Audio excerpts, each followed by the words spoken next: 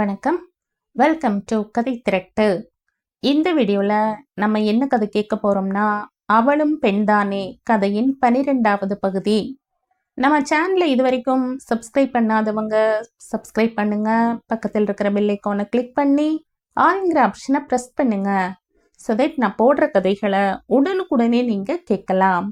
வாங்க கதைக்குள்ள போகலாம். குடும்பம் பெருகிவிட்டது, வருமானமோ சுருங்கிவிட்டது. வழி நெடுக அமுதாவுக்கு இந்த கவலைதான். வேறு வேலை சட்டென்று கிடைக்குமா? இப்பொழுது அவள் கை குழந்தைக்காரி வேறு. வேலை தேடி நாளை இடத்தில் அலையவும் முடியாது. முத்து ஒருவன்தான் சம்பாதித்து கொண்டு வருவான். அதை கொண்டுதான் குடும்பத்தை நடத்த வேண்டும். கை குழந்தை வேறு. கை குழந்தை என்றாலும் இந்த காலத்தில் ஒரு முழு ஆள் செலவு ஆகிறதே. நல்ல வேளை, குழந்தைக்கு அமுதாவே பால் கொடுக்கிறாள். புட்டிப்பால் வாங்கி கொடுப்பது என்றால் 2 ஆள் செலவாகும். ஒரு ஆள் சம்பாத்தியத்தில் குடும்பம் எப்படித்தான் ஓடப்போகிறதோ. இப்பொழுது வீட்டுக்கு போனதும் மாமியாரிடம் என்ன சொல்வது? வேலை போய்விட்டது என்று சொல்லலாமா? வேலையை விட்டுவிட்டேன் என்று கூறுவதா? வேலையில் இருந்து வெளியேற்றப்பட்ட பெரும்பாலானவர்கள் எனக்கு அந்த இடம் ஒத்து வரவில்லை, விட்டுவிட்டேன் என்று சொல்வதுதான் வழக்கம். அமுதா வீட்டுக்கு வரும் முன் பொற்கொடி தூங்கிவிட்டாள். வீட்டுக்குள் நுழைந்த வேகத்தில் குழந்தையை தொட்டிலில் போட்டாள். அவள் பின்னேயே வந்த தாயார் அம்மா, என்ன அமுதா, ஆபீஸ்க்கு போனதும் வந்துவிட்டாய் என்று கேட்டார்.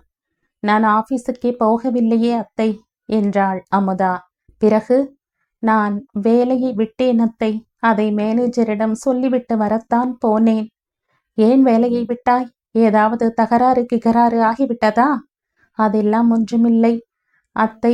கைப்பிள்ளைக்காரியாக இருக்கிறேன் அல்லவா, அதனால் கொஞ்ச நாள் லீவு போட. குழந்தைக்காகவா வேலையை விடுவார்கள்? நான் இல்லையா குழந்தையை பார்த்து கொள்ள மாட்டேனா? பொற்கொடிக்கு 1 வயது ஆனதும் உங்களிடம் விட்டுவிட்டு நான் வேலைக்கு போகத்தான் போகிறேன் அத்தை. தாயார் அம்மா இன்னும் அடுப்பு வேலையை தொடங்கவில்லை. அமுதா போய் அடுப்பு பற்ற வைத்தாள், உலை வைத்தாள், அரிசியை ஊறப் போட்டாள். தாயார் அம்மா அவள் பின்னேயே வந்தார். நினைத்த நேரத்திலே வேலை கிடைக்குமா? வேலை கிடைப்பதே முயல் கொம்பு என்கிறார்கள். நீ இருந்த வேலையையும் விட்டுவிட்டு வந்து நிற்கிறாயே. அதனால் என்ன அத்தை? உங்கள் மகன்தான் சம்பாதித்து கொண்டு வருகிறாரே. ஓராள் சம்பாதித்து இந்த காலத்திலே குடும்பம் நடத்த முடியுமா? பெண்கள் ஏன் வேலைக்கு போக வேண்டும் என்றுதான் நான் கூட முதலிலே நினைத்தேன். ஆனால் அமுதா, நீ வேலைக்கு போய் சம்பாதித்து கொண்டு வந்தது குடும்பத்துக்கு எவ்வளவு உதவியாக இருந்தது தெரியுமா? அதனால் தான் மோகனுக்கு கூட வேலை பார்க்கும் பெண்ணாக பார்க்க சொன்னேன். உண்மைதான் அத்தை. ஒருவருக்கு இருவர் சம்பாதிக்கும் பொழுது குடும்பத்தில் எவ்வளவோ தாராளமாகத்தான் இருக்கிறது. பொருளாதாரம் வளர்ச்சி அடையும் பொழுது ஆணும் பெண்ணும் சம்பாதித்துத்தான் ஆக வேண்டும் என்பார்கள். அமெரிக்காவிலே, இங்கிலாந்திலே, ரஷ்யாவிலே பெண்களும் வேலைக்கு போகத்தான் செய்கிறார்கள். நம்மூரிலே கூடத்தான் ஏழை பாழைகளை பார். ஆண் பிள்ளையும் பெண் பிள்ளையும் தான் சம்பாதிக்கிறார்கள். பல குடும்பங்கள் பெண் பிள்ளைகள் சம்பாத்தியத்திலே தான் நடக்கின்றன. இந்த காலத்திலே ஓராள் சம்பாதித்து குடும்பம் நடத்துவது என்பது சர்க்கஸில் ஒற்றை சக்கர சைக்கிள் ஓட்டுவது போல் இருக்கிறது. 2 பேரும் சம்பாதித்தால் 2 சக்கர சைக்கிள், 4 பேர் சம்பாதித்தாலோ மோட்டார் கார் தான். நம் தேசத்திலோ ஏழைகள் ஏன் இன்னும் முன்னேறாமலேயே இருக்கிறார்கள். ஒரு ஆள் சம்பாதித்து 10 பேர் சாப்பிடுகிறார்கள். நல்லா சொல்லடி, அவன் ஒருவன் சம்பாதித்து உனக்கு கொடுப்பானா? பிள்ளையை வளர்ப்பானா? பற்றாக்குறைக்கு நான் வேறு சாப்பாட்டுக்கு வந்து உட்கார்ந்து விட்டேன். ஐயோ, அப்படியெல்லாம் சொல்லாதீர்கள் அத்தை. பெற்று வளர்த்தவருக்கு ஒருவேளை சோறு போடும் பாக்கியமாவது கிடைத்ததே என்று அவர் மிகவும் ஆனந்தப்படுகிறார். நீ என்ன சொல்லு, வேலையை விட்டது தவறுதான். தாயார் அம்மா முடிவாக சொல்லிவிட்டார். அமுதா அதற்கு பதிலே சொல்லவில்லை. அவள் எவ்வளவுதான் முட்டு கொடுத்தாலும் தாயார் அம்மாவை சமாதானப்படுத்த முடியாது. வாயை மூடிக்கொண்டு இருப்பது பொன்னுக்கு சமம் என்பார்கள். ஆகவே வாயை இறுக மூடிக்கொண்டு வேலைகளை கவனிக்கலானாள். தாயார் அம்மாவுக்கு மனம் ஆறவில்லை. ஆகவே முணுமுணுத்து கொண்டே வீட்டை வளைய வந்து கொண்டிருந்தார். மாலையில் முத்து சீக்கிரமே வந்து விட்டான். அவன் வந்ததுமே, ஏன்பா, அமுதா வேலையை விட்டு விட்டாளாமே, ஏன் என்றுதான் கேட்டார். கேள்வியில் இருந்து நிலைமையை முத்து புரிந்து கொண்டான். அது அம்மா என்று தடுமாறிக்கொண்டே அமுதாவை பார்த்தான். நான் தான் சொன்னேனே அத்தை, குழந்தையை கவனித்துக் கொள்ளத்தான் வேலையை விட்டுவிட்டேன் என்றாள் அமுதா. அதேதான் அம்மா என்று முத்து ஒத்து ஊதினான். குழந்தையை நான் பார்த்து கொள்ள மாட்டேனா? அதற்காக ஏன் வேலையை விட வேண்டும் என்று தாயார் அம்மா முணுமுணுத்தார். முத்து ஒன்றும் பதில் சொல்லாதபடி அமுதா உடனடியாக அவனை உள்ளே அழைத்தாள். எனக்கு வேலை இல்லை என்பதில் அத்தைக்கு மிகவும் கவலை என்று மெல்ல சொன்னாள். நீ போன வேலை என்ன ஆயிற்று? ஐயா என்ன சொன்னார் என்று முத்து அவள் காதை கடித்தான். லதா அவரை பார்க்க கூட என்னை அனுமதிக்கவில்லை என்றாள் அவள். அதை கேட்டதும் லதா என்று முத்து பல்லை கடித்தான். ஷ், அத்தை இருக்கிறார்கள் என்று அமுதா அவனை அடக்கினாள். ஆனாலும் லதா அவன் இதயத்திலே ஒரு வடு போல ஆகிவிட்டாள். அவளை நேருக்கு நேர் சந்திக்கும் நேரத்தை எதிர்பார்த்து கொண்டுதான் இருந்தான். மணி டான் டான் என்று 8 அடித்தது. 8 ஆகிவிட்டதே என்று அடுப்படியில் நின்றபடியே படுக்கை அறை பக்கம் மோகன் எட்டி பார்த்தான். அடித்து போட்டது போல லதா இன்னும் நன்றாக அயர்ந்து தூங்கிக் கொண்டுதான் இருந்தாள். அடுப்பில் தள தள என்று தண்ணீர் கொதிக்க தொடங்கிவிட்டது. 2 கரண்டி காஃபி தூளை அதிலே அள்ளி போட்டு இறக்கினான். வடிகட்டி 2 பீங்கான் கோப்பைகளில் ஊற்றினான். பாலை கலந்தான். சீனியையும் சேர்த்தான். கையில் எடுத்துக்கொண்டு படுக்கை அறையை நோக்கி சென்றான். லதா கண் விழியா குழந்தை போல படுத்திருந்தாள். மோகன் சிறிது தண்ணீரை எடுத்து அவள் முகத்தில் தெளித்தான். அதன் பின்தான் அவள் நெட்டி முறித்து கொண்டு விழித்தாள். எழுந்து கட்டிலில் சாய்ந்து அமர்ந்தாள். சோம்பல் முறித்தாள். கொட்டாவையும் விட்டாள். காஃபி சாப்பிடு டார்லிங் என்று ஒரு கோப்பையை அவளிடம் மோகன் நீட்டினான். வாங்கி லதா ஒரு மடக்கு பருகினாள். உடனே அவன் முகத்திலே காரி துப்புவது போல தூ என்று துப்பினாள். என்ன மோகன் இது? காஃபியா வெந்நீரா? விழுப்புரம் ரயில்வே பிளாட்பாரத்து காஃபி இதைவிட நல்லா இருக்கும் போலிருக்கிறதே என்று சீறினாள். மோகனுக்கு முகம் செத்து விட்டது. அதை பார்த்த பின்தான் தான் வேகமாக பேசிவிட்டதை லதா உணர்ந்தாள். ஓ டார்லிங், தூக்கத்துல ஏதோ உளறிவிட்டேன் என்று புன்னகைத்தாள். அவள் புன்னகையை பார்த்ததும் மோகனுக்கு முகம் மலர்ந்தது. காஃபி நல்லா இல்லையா டார்லிங் என்று இழித்து கொண்டே கேட்டான். நன்றாகத்தான் இருக்கிறது, ஆனால் குடிப்பதற்கு விட குளிப்பதற்கு நன்றாக இருக்கும் போலிருக்கிறது என்று குறும்பாக கூறினாள். அவள் ஏதோ வேடிக்கையாக பேசிவிட்டது போல மோகன் சிரித்தான். இதில் பசும்பால் ஊற்றியிருப்பீர்கள், கழுதைப்பால் ஊற்றியிருந்தீர்கள் என்றால் இதையே நான் குளிப்பதற்கு வைத்துக் கொள்வேன் என்று கூறிக்கொண்டே அவள் எழுந்தாள். குளியல் அறையை நோக்கி சென்றாள். அவள் போனதும் தன் கையில் இருந்த காஃபியை மோகன் குடித்து பார்த்தான். உண்மையிலேயே அது வெந்நீர் போலத்தான் இருந்தது.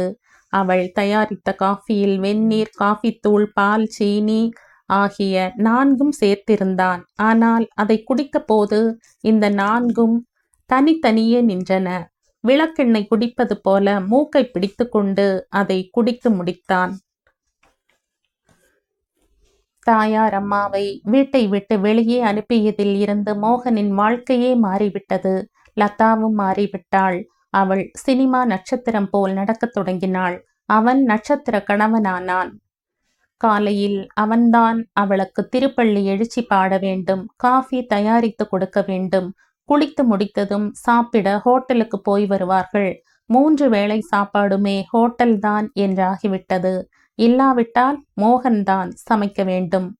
ஒரு வேலைக்காரி பார்க்கலாமே என்று மோகன் ஒரு முறை சொன்னான். வேலைக்காரி எதற்கு? இருப்பதோ நம் இருவர்தான். அதுவும் காலையில் போனால் இரவில் வருகிறோம். வேலைக்காரி வேண்டுமா? அவளுக்கு 2 வேளை சாப்பாடு போட்டு மாதம் 30 ரூபாய் சம்பளமும் கொடுக்க வேண்டும். வெறும் தண்டம். காலையிலே ஒரு காஃபி போட வேண்டும், எனக்கு குளிக்க வெந்நீர் போட வேண்டும். இதற்கு ஒரு வேலைக்காரியா? நீங்கள் செய்துவிட மாட்டீர்களா என்றாள் லதா. மாட்டேன் என்று சொல்ல அவனால் முடியவில்லை. காஃபி போடுவதும் வெந்நீர் போடுவதும் ஒரே வேலைதான். முதலில் வெந்நீர் போட்டுக்கொள்ள வேண்டும். பிறகு அதிலே காஃபி தூள், பால், சீனி 3ஐயும் போட்டு கலக்கினால் காஃபி ஆகிவிடும் என்று தனது நலபாக சாமர்த்தியத்தை அவளிடம் பெருமையாக காட்டிக்கொண்டான். ஆமாம், அவ்வளவுதான் என்றாள் அவளும். ஏனென்றால் அவளுக்கு வெந்நீர் கூட போடத் தெரியாது. அது முதல் அவன் அவளுக்கு வேலைக்காரன் ஆகிவிட்டான். கூஜா மட்டும் தூக்கவில்லை. ஏனென்றால் கூஜா தூக்குவது 10ஆம் பசலித்தனம் என்று அவள் சொல்லிவிட்டாள். அழகா புதுசா ஒரு ஃப்ளாஸ்க் வாங்கி அவன் கையிலே கொடுத்தாள். அவசரத்துக்கு அதில்தான் காஃபி வாங்கி கொண்டு ஓடி வருவான்.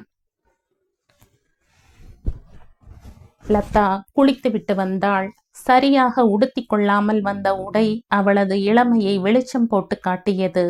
மோகன் ஆசையோடு அவளை பார்த்தான். உடனே லதா வெறுப்போடு அவனை நோக்கினாள். உடையை சரி செய்து கொண்டாள். லதா, இன்று மாலை சீக்கிரம் வந்துவிடு என்று மோகன் சொன்னான். தலையை கோதிக்கொண்டே, ஏன் என்று அவள் கேட்டாள். இன்று சம்பள நாளல்லவா? பால்காரன், துணிக்கடைக்காரன் எல்லோருடைய கணக்கையும் தீர்க்க வேண்டாமா என்றான். அவன் பக்கம் திரும்பிய லதா அவனை ஏறிட்டு பார்த்தாள். அவசியம் வருகிறேன் என்றது அவள் உதடு. வந்து உன் கணக்கையும் தீர்த்து விடுகிறேன் என்றது அவள் உள்ளம். லதா அவளது வருகைக்காகவே காத்து கொண்டிருந்தவர் போல அவள் வந்ததுமே காளமேகம் அழைத்தார். என்ன சார் என்று சிரித்து கொண்டே லதா அவரது அருகே சென்று நின்றாள். மேனேஜருக்கு போன் செய்து இன்று மாலை அமுதாவை இங்கே அனுப்ப சொல் என்றார் அவர். அதை கேட்டதும் லதாவுக்கு அதிர்ச்சியாக இருந்தது. அமுதாவை வீட்டுக்கு அனுப்பிவிட்ட செய்தியை இன்று வரை காளமேகத்திடம் அவள் சொல்லவில்லை. ஒருவேளை மேனேஜர் சொல்லியிருப்பாரோ? தெரிந்து கொண்டுதான் காளமேகம் இப்படி சொல்கிறாரோ? இவ்வாறெல்லாம் நினைத்து லதா கண் கலங்கினாள். அவள் எதற்கு சார் என்று கேட்டாள். அவளிடம் சொந்த விஷயமாக கொஞ்சம் பேச வேண்டியிருக்கிறது, வர சொல் என்றார் அவர். அப்பொழுதும் அவள் போகவில்லை. சொந்த விஷயம் என்றால் என்ன விஷயமாக இருக்கும் என்ற சிந்தனையில் மூழ்கினாள். ஒருவேளை லதாவை மணந்து கொள்வது பற்றி அமுதாவிடம் ஆலோசனை கேட்கப் போகிறாரோ? லதாவின் மனம் இப்படியெல்லாம் ஓடியது. என்ன விஷயம் சார் என்று துணிந்து கேட்டாள். அதுதான் என் சொந்த விஷயம் என்று சொல்லிவிட்டேனே. அவளை பார்க்காமலேயே அவர் பேசினார். நான் உங்கள் அந்தரங்க செயலாளர். என்னிடம் நீங்கள் எதையும் மறைக்காமல் சொல்லலாம். அவள் உரிமை கொண்டாடினாள். என் அலுவலக விஷயங்களுக்கு மட்டும்தான் நீ செயலாளர், என் சொந்த விஷயங்களுக்கு அல்ல. போய் போன் பண்ணு, அவர் கண்டிப்பாக சொன்னார். லதா நகரவில்லை. என்ன முடிவு செய்தீர்கள் சார் என்று கேட்டாள். வருமான வரி விஷயம்தானே? இன்னும் முடிவு செய்யவில்லை. அவன் விதிக்கிற வரியை பார்த்தால் என் சொத்து முழுவதையும் விற்றாலும் வரிக்கே போதாது போல் இருக்கிறதே. நாம் என்ன அவ்வளவு சுலபமாக வரி கட்டி விடுவோமா சார்? எந்த சட்டத்திலும் ஓர் ஓட்டை இருக்கத்தான் செய்யும். அல்லது வக்கீல்களாவது ஓட்டை போட்டு விடுவார்கள். அதன் வழியே நாம் வெளியே வந்து விடலாம். கண்ணக்கோல் திருடன் யாரையாவது உனக்கு தெரியுமா? எதற்கு சார்? சட்டத்தில் ஓட்டை போடத்தான். அதை கேட்டு அவள் பலமாக சிரித்தாள். அவரோ போன் பண்ண சொன்னேனே என்று நினைவுபடுத்தினார். நான் கேட்க வந்தது சார், அது பற்றி முடிவு செய்து விட்டீர்களா என்று. எது பற்றி? என்னை மணந்து கொள்வது பற்றி. இந்த வருமான வரியையும் உன் திருமணத்தையும் ஒன்று சேர்த்துத்தான் நான் தீவிரமாக யோசித்துக் கொண்டிருக்கிறேன். முழங்காலுக்கும் மொட்டை தலைக்கும் முடிச்சு போடாதீர்கள் சார். இல்லாவிட்டால் என் தலையல்லவா மொட்டையாகி விடும் போலிருக்கிறது. என்ன சார் சொல்கிறீர்கள்? ஒரே கல்லில் 2 பழங்களை அடித்து வீழ்த்த வேண்டும். உன்னை மணந்து கொண்டு என் சொத்துக்களை எல்லாம் உன் பெயருக்கு எழுதி வைத்துவிட்டு நான் திவால் ஆகிவிடப் போகிறேன். அதாவது வருமான வரிக்கு ஒரு பெரிய பட்டை நாமம். நல்ல யோசனை சார், இப்பொழுதே செய்யுங்கள். சரி, உன் கழுத்தை நீட்டு. உடனே லதா ஆசையாக அவர் முன்னே கழுத்தை நீட்டினாள். காளமேகம் ஓசைப்படாமல் அருகில் இருந்த வெற்றிலை பெட்டியை எடுத்தார். அதை திறந்து சுண்ணாம்பு எடுத்து அவள் நெற்றியிலே பெரிதாக ஒரு நாமம் போட்டார். லதாவுக்கு அழுகை வரும் போலாகிவிட்டது. சார், பட்டை நாமம் வருமான வரிக்கு சார். எனக்கு கழுத்திலே தாலி கட்ட வேண்டும். அடடா, மறந்தே விட்டேன். ஆனால் தாலி கட்டுவது என்றால் நாள் நட்சத்திரம் எல்லாம் பார்க்க வேண்டுமே லதா. முதலில் வருமான வரி அதிகாரிகள் வரும் முன் உங்கள் சொத்துக்களை என் பெயருக்கு எழுதிவிடுங்கள் சார். லதா உற்சாகம் கொண்டவள் போல அவர் மீது விழுந்தாள். அவர் ஒதுங்கிக் கொண்டார். எழுதுங்கள் சார் என்று கவுனில் குத்தி வைத்திருந்த பேனாவை எடுத்து அவரிடம் நீட்டினாள். அதை கையில் வாங்கி கொண்ட அவர், ஆமாம், நான் போன் செய்ய சொன்னேனே, செய்தாயா என்று கேட்டார். இப்பொழுது அதற்கு என்ன சார் அவசரம்? முதலிலே சொத்துக்களை என் பெயருக்கு எழுதுங்கள், இல்லாவிட்டால் வருமான வரி அதிகாரிகள் வந்துவிடப் போகிறார்கள் என்று அவள் குழைந்தாள். சரி, நான் எழுதி கொண்டிருக்கிறேன், நீ போய் போன் பண்ணிவிட்டு வா என்றார் அவர். வேறு வழி இல்லை. குழைந்து அவரை ஏக்கத்தோடு பார்த்து கொண்டே லதா எழுந்து சென்றாள். அவள் எப்படி மேனேஜருக்கு போன் செய்வாள்? அமுதாதான் வேலையில் இல்லையே. ஆகவே போன் அடியில் சற்று நேரம் நின்று கொண்டிருந்து விட்டு திரும்பி வந்தாள். அமுதா வேலைக்கு வரவில்லையாம் சார் என்று சொன்னாள். குழந்தைக்கு உடல் நலம் இல்லையோ என்னவோ என்று சொன்ன காளமேகம், சரி, இன்று மாலை முத்துவை இங்கே அனுப்ப சொல் என்றார். கிணறு வெட்ட பூதம் கிளம்பிய கதையாக இருக்கிறதே என்று அஞ்சிய லதா, எழுதிவிட்டீர்களா சார் என்று கேட்டாள். எழுதி கொண்டுதான் இருக்கிறேனே என்றார் காளமேகம். லதா போன் அடிக்கு திரும்பினாள். முத்து இங்கே வந்தால் அவள் சாயம் முழுக்க வெளுத்து போகும். காளமேகத்தின் வெறுப்புக்கும் ஆளாக நேரிடும். இவளுக்கே வேலை போனாலும் போய்விடும். வெண்ணெய் திரண்டு வரும் வேளையில் தாழி உடைவதா? லதாவுக்கு சம்மதமே இல்லை. யோசித்து ஒரு முடிவுக்கு வந்தாள். போன் எண்களை சுழற்றினாள். பேசினாள். மேனேஜரா? ஆமாம், நான் லதா பேசுகிறேன். அங்கே முத்து என்பவர் ஒருவர் வேலை பார்க்கிறார் அல்லவா? ஆமாம், அவரை உடனே வேலையில் இருந்து நிறுத்திவிடுங்கள். இப்பொழுதே நிறுத்த வேண்டும். இது அதிபரின் ஆணை. அவரிடமிருந்து உத்தரவு கடிதம் இப்பொழுதுதான் டைப் ஆகிக் கொண்டு இருக்கிறது. அது வழக்கம் போல வரும். முதலில் நீங்கள் முத்துவை வீட்டுக்கு அனுப்பி வையுங்கள். அமுதாவுக்கு கூட சொன்னபடி செய்யுங்கள். லதா பட்டென்று போனை கீழே வைத்து விட்டாள். அவளது கள்ள மனம் படபட என்று அடித்து கொண்டது. அங்கேயே நின்று இதயத்தை பிடித்து விட்டு கொண்டாள். கை குட்டையால் முகத்தை ஒத்தி கொண்டாள். ஒரு புன்னகையை செயற்கையாக வரவழைத்து கொண்டே காளமேகத்திடம் வந்து நின்றாள். முத்துவை அனுப்புவதாக மேனேஜர் சொன்னாரா என்று அவர் கேட்டார். அமுதா, முத்து 2 பேருமே வேலையை ராஜினாமா செய்துவிட்டு போய்விட்டார்களாமே என்று லதா புழுகினாள். அப்படியா? ஏன்? நம்ப முடியாதவராக கேட்டார். காரணம் ஒன்றும் சொல்லவில்லையாம். உனக்கு தெரிந்திருக்குமே. எனக்கு எப்படி தெரியும்? அவர்கள் இப்பொழுது தனி குடித்தனம் அல்லவா நடத்துகிறார்கள். ஏதோ அவர்கள் சம்பாதித்து கொண்டு வருவதை நான் தின்று விடுகிறேனாம். அதனால் தனி குடித்தனம் போய்விட்டார்கள். அப்படியா? அவர் குரல் சரியாக வெளியே வரவில்லை. எழுதிவிட்டீர்களா சார்? அவள் ஆவல் பொங்க கேட்டாள்.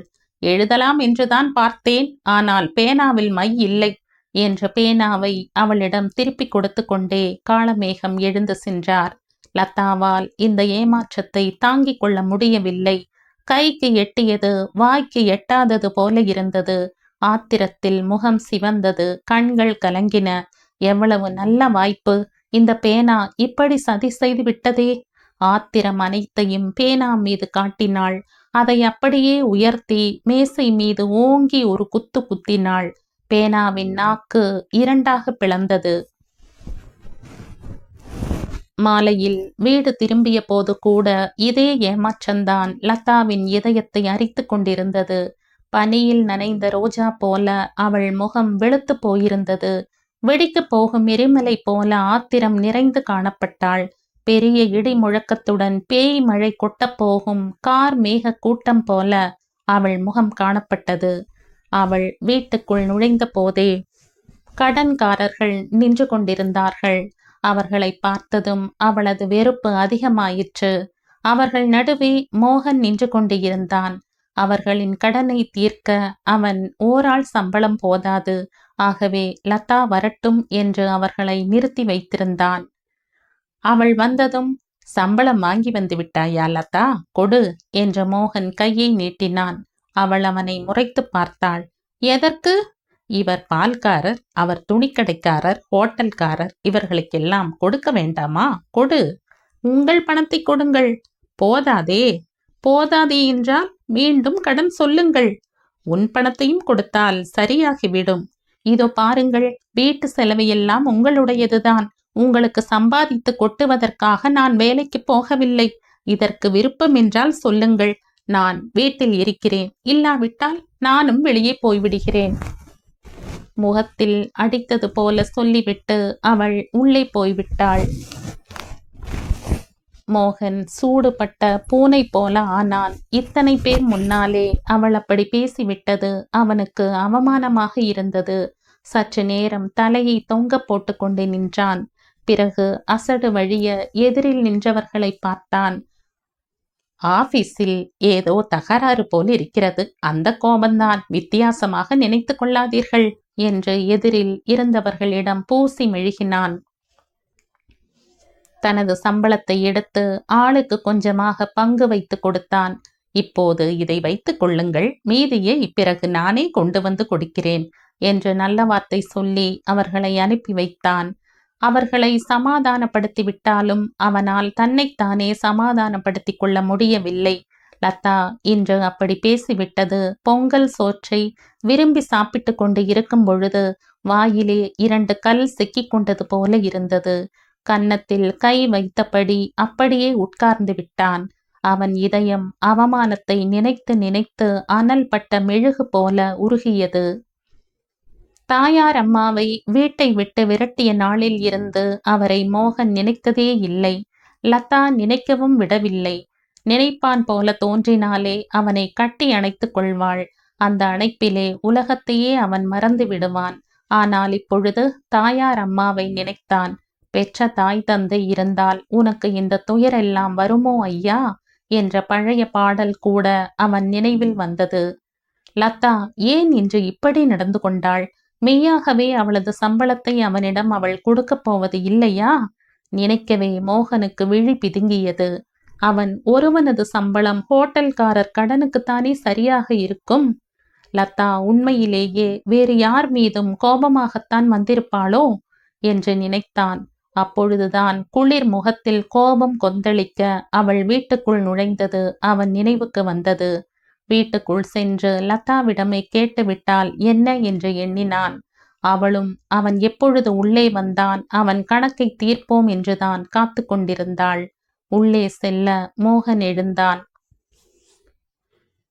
கடன்காரர்கள் எல்லாம் போய்விட்டார்கள் என்றுதான் இத்தனை நேரமும் மோகன் நினைத்து கொண்டிருந்தான். உள்ளே செல்ல எழுந்த பொழுதுதான் ஓர் ஓரமாக ஒதுங்கி ஒருவர் நின்று கொண்டு இருப்பதை கவனித்தான். அவர்தான் அவனுக்கு உயிர் கொடுப்பவர், அதாவது உண்டி கொடுப்பவர். இன்னும் தெளிவாக சொன்னால் ஹோட்டல்காரர். அவரது ஹோட்டலில்தான் அவன் சாப்பிடுகிறான். மன துயரத்தில் இருந்து அவன் விடுபடட்டும் என்று காத்து கொண்டு இருந்தவர் போல அவன் எழுந்ததும் தம்பி என்று அவன் அருகே வந்தார். அவரை சற்றும் எதிர்பாராதவன் போல நீங்கள் இன்னும் போகவில்லையா என்று அவன் கேட்டான்.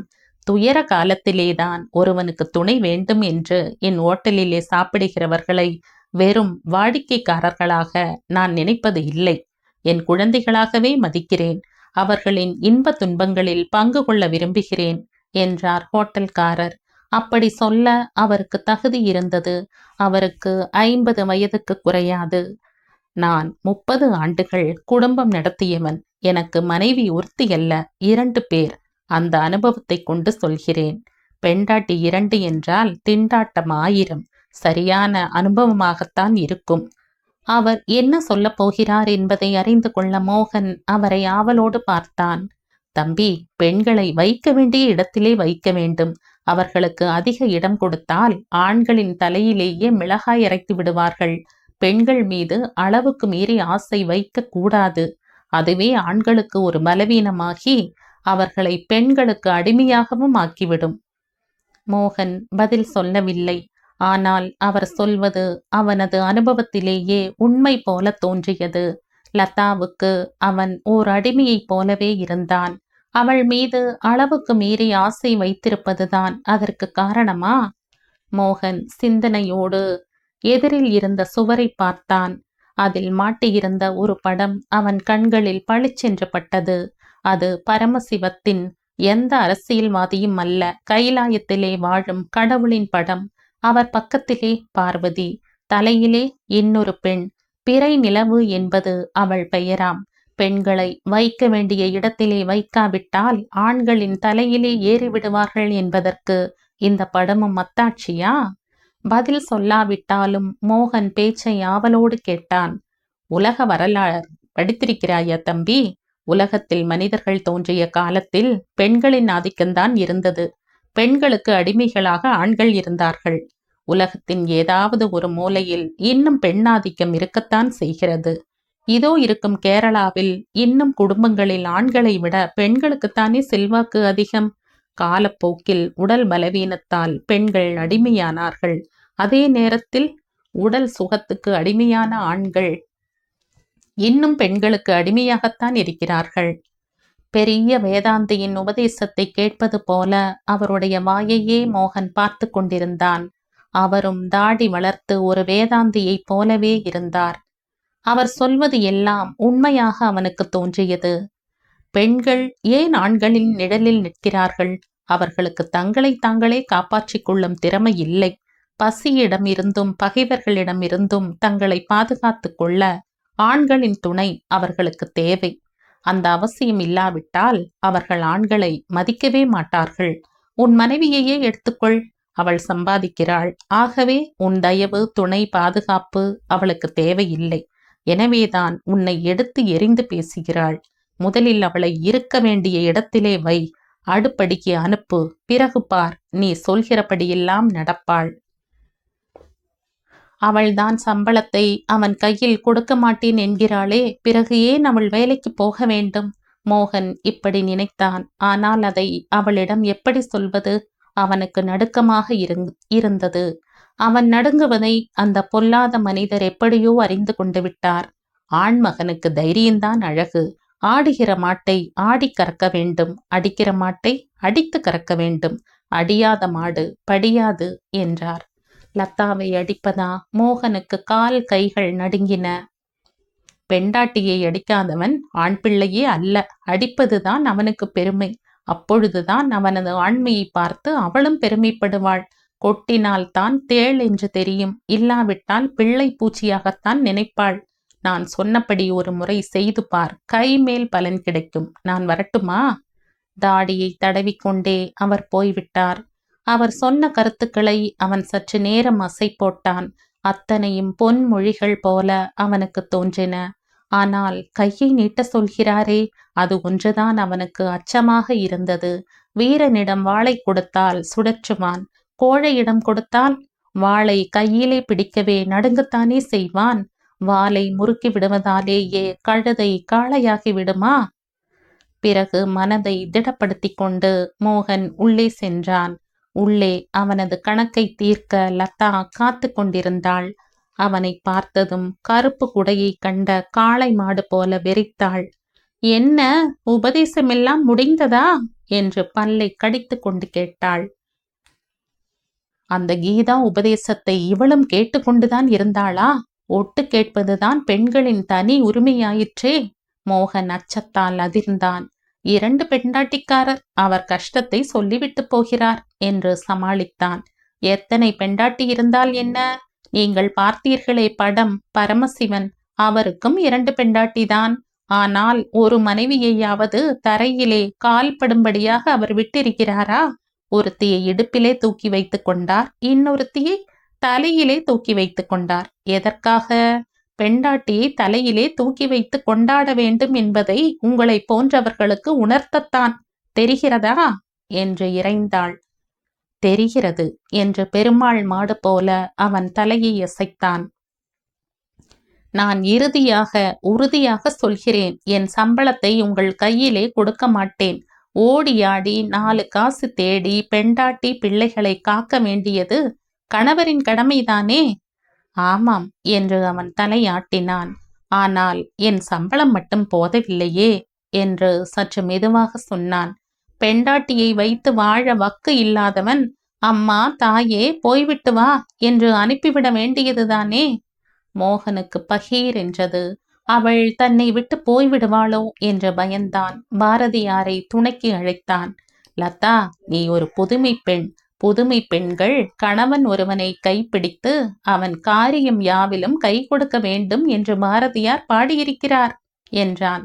லதா சட்டென்று சொன்னாள். கையைத்தான் கொடுக்க சொல்லியிருக்கிறாரே தவிர காசை கொடுக்க சொல்லவில்லை. மோகன் முகத்தில் அசடு வழிந்தது. சம்பளத்தை உங்கள் கையில் கொடுக்காவிட்டால் அடிப்பீர்களோ என்று குத்தலாக கேட்டாள். மோகன் நடுங்கினான். சேச்ச, பெண்டாட்டியை அடிப்பவன் மனிதனா, மிருகம் என்று அவள் காலில் விழாத குறையாக கூறினான். அப்படி ஏதாவது கையை நீட்டினீர்கள், உங்களை துப்பாக்கியால் சுட்டு பொசுக்கி விடுவேன் என்று அவள் எச்சரித்தாள். ஐயையோ, அப்படியெல்லாம் செய்து விடாதே என்று அவள் கையை பிடித்து கெஞ்சினான். சரி, சம்பள விஷயம்? நீ ஏன் வேலைக்கு போக வேண்டும்? வீட்டில் சமையல் செய்து கொண்டு இரு. சொந்த சமையல் என்றால் என் சம்பளத்திலேயே பாதி மிஞ்சும். ஓஹோ, அவர் செய்த உபதேசமா? அடுப்படிக்கு போக நான் அடிமை பெண் அல்ல. உன் சம்பளத்தை தான் வீட்டுக்கு கொடுக்க மாட்டேன் என்கிறாய். பிறகு ஏன் வேலைக்கு போக வேண்டும்? நான் சம்பாதிப்பதே போதும். உங்கள் சம்பளம் எனக்கு பவுடர் வாங்க கூட பற்றாது. சொந்த செலவுகளுக்காக சம்பாதிக்கிறேன். சரி, இப்படி செய்வோம். என் சம்பளத்தை கொண்டு வந்து உன் கையிலே கொடுக்கிறேன். நீயே எல்லா செலவுகளையும் செய். முடியாது. இதோ பாருங்கள், நான் முடிவாக சொல்கிறேன். என்னை வைத்து காப்பாற்ற உங்களால் முடியும் என்றால் சொல்லுங்கள். இல்லாவிட்டால் இப்பொழுதே வெளியே போய்விடுகிறேன் என்று அவள் மிரட்டியதுதான் தாமதம். வேறறுந்த மரம் போல அவன் அவள் காலடியிலே போய் விழுந்தான். லதா, அப்படி மட்டும் சொல்லாதே. நீயும் என்னை விட்டு போய்விடாதே. உன்னை பிரிந்து ஒரு கணம் கூட என்னால் இருக்க முடியாது என்று அவள் கைகளை பற்றி கொண்டு கெஞ்சினான். இன்று எப்படியாவது அவனது கணக்கை தீர்த்துவிட வேண்டும் என்றுதான் லதா வந்தாள். ஆனால் அவன் நாய் போல அவள் காலடியில் விழுந்து கிடக்கவே அவளுக்கு புலங்காகிதம் ஏற்பட்டு விட்டது. ஒருவித மகிழ்ச்சியோடு நாய் குட்டியை தடவி கொடுப்பது போல அவன் முதுகை தடவி கொடுத்தாள். மோகன் மெய் மறந்து போனான். அம்மா, இந்த லதா இருக்கிறாளே, அவள் அசல் கொள்ளிக்கட்டைதான். நம் குடும்பத்தை கெடுப்பதற்கு என்றே வந்திருக்கிறாள் என்று கோபாவேசமாக கூறிக்கொண்டே முத்து வீட்டுக்குள் நுழைந்தான். ஏம்பா, என்ன நடந்தது? லதா என்ன செய்தாள் என்று தாயார் அம்மா கேட்டார். அவனது ஓசை கேட்டு அமுதாவும் வந்தாள். என்னங்க நடந்தது என்று பரபரப்போடு கேட்டாள். என் வேலையும் போய்விட்டது என்றான் முத்து. அமுதாவுக்கு ஒரே அதிர்ச்சியாக இருந்தது. என்னப்பா சொல்கிறாய் என்று தாயார் அம்மா பதறினார். உங்கள் மருமகள் இருக்கிறாளே லதா, அவள்தான் அமுதாவையும் வேலையை விட்டு நீக்கினாள். இன்று என்னையும் வேலையை விட்டு நீக்கிவிட்டாள் என்று முத்து ஆத்திரமாக கூறினான். அமைதியாக இருங்கள் என்று அமுதா அவனை சமாதானப்படுத்தினாள். என்ன நடந்தது? லதா போன் பண்ணினாளாம். என்னையும் அதிபர் விலக்க சொன்னார் என்றாளாம். மேனேஜர் இப்பொழுதுதான் என்னிடம் சொன்னார் என்று ஆத்திரம் குறையாமல் முத்து கூறினான். அந்த சண்டாளிக்கு அவ்வளவு அதிகாரமா இருக்கிறது என்று தாயார் அம்மா துக்கப்பட்டார். அவள்தான் அதிபருக்கு செயலாளர் ஆயிற்றே. குரங்கு கையிலே தீவட்டி கொடுத்தது போல ஆயிற்று. ஊரையே கொளுத்துகிறாள் என்றான் முத்து. உங்கள் 2 பேருக்குமே வேலை இல்லையே, இனி சாப்பாட்டுக்கு என்ன செய்வீர்கள்? நான் வேறு வந்து குந்திக் கொண்டேனே என்று தாயார் அம்மா கவலைப்பட்டார். இங்கே இருப்பது உங்களுக்கு கஷ்டமாக இருந்தால் மல்லி வீட்டுக்கு வேண்டுமானால் போங்கள் அம்மா என்று முத்து ஆத்திரத்தில் பேசினான். நான் மானமுள்ளவள்.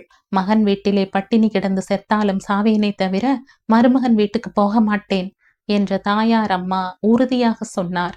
நீங்கள் எங்கேயும் போகக்கூடாது அத்தை, இங்கேயே இருங்கள். உங்களுக்கு கொடுத்துவிட்டு நாங்கள் சாப்பிடுவோம் என்றாள் அமுதா. என் பிள்ளைகளை பட்டினி கிடக்க நான் விடமாட்டேன். 4 இடத்தில் பிச்சை எடுத்தாவது அவர்களுக்கு சாப்பாடு போடுவேன் என்று தாயார் அம்மாவும் ஆவேசமாக பேசினார். அந்த நிலை நமக்கு வராது அத்தை, நீங்கள் தைரியமாக இருங்கள் என்று அவரையும் அமுதா சமாதானப்படுத்தினாள். அப்பொழுது முத்து யாரிடமும் சொல்லிக் கொள்ளாமல் சட்டென்று வெளியே கிளம்பினான். முத்து ஏதோ ஒரு முடிவோடுதான் வெளியேறுகிறான் என்பது அமுதாவுக்கு நன்றாக தெரிந்தது. ஆகவே நில்லுங்கள் என்று கூவிக்கொண்டே அவனை பின்தொடர்ந்தாள். முத்துவும் நின்றான். ஆனால் அவளை திரும்பி பார்க்கவில்லை. அவன் அருகே வந்த அமுதா, ஐயாவைத்தானே பார்க்க போகிறீர்கள் என்று கேட்டாள். அவன் அவளை வெறித்து பார்த்தான். தயவு செய்து அவரை பார்க்க போக வேண்டாம் என்று அமுதா கெஞ்சினாள். ஏன் என்று அவன் கத்தினான்.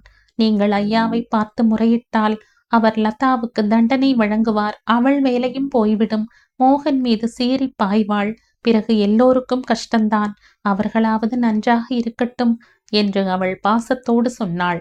நம்மை கெடுத்துவிட்டு அவர்கள் மட்டும் நன்றாக வாழ்வதா என்று அவன் சீறினான். இன்னா செய்தாருக்கும் இனியவை செய்வது தாங்க தமிழ் பண்பு. அப்படியே பார்த்தாலும் அவர்கள் யார்? உடன் பிறந்தவர்கள். பல் நாக்கை கடித்து விட்டது என்பதற்காக பல்லை தட்டுவார்களா? அவளது வாதத்தை ஏற்றுக்கொள்ள முடியாதபடி அவன் பல்லை கடித்தான்.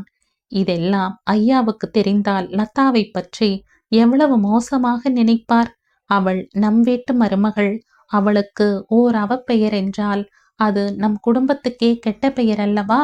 ஒரு பெண்ணுக்கு ஏற்படும் கெட்ட பெயர் காமாலை நோய் போன்றது. அது அந்த குடும்பத்தையே மஞ்சளாக்கிவிடும். ஆத்திரம் தாழாமல் அமுதா அமுதா என்று அவன் கைகளை பிசைந்தான். உள்ளே வாருங்கள் என்று அவள் அவனை உள்ளே அழைத்து சென்றாள். இந்த கதையின் தொடர்ச்சியை அடுத்த பதிவில் கேட்கலாம்.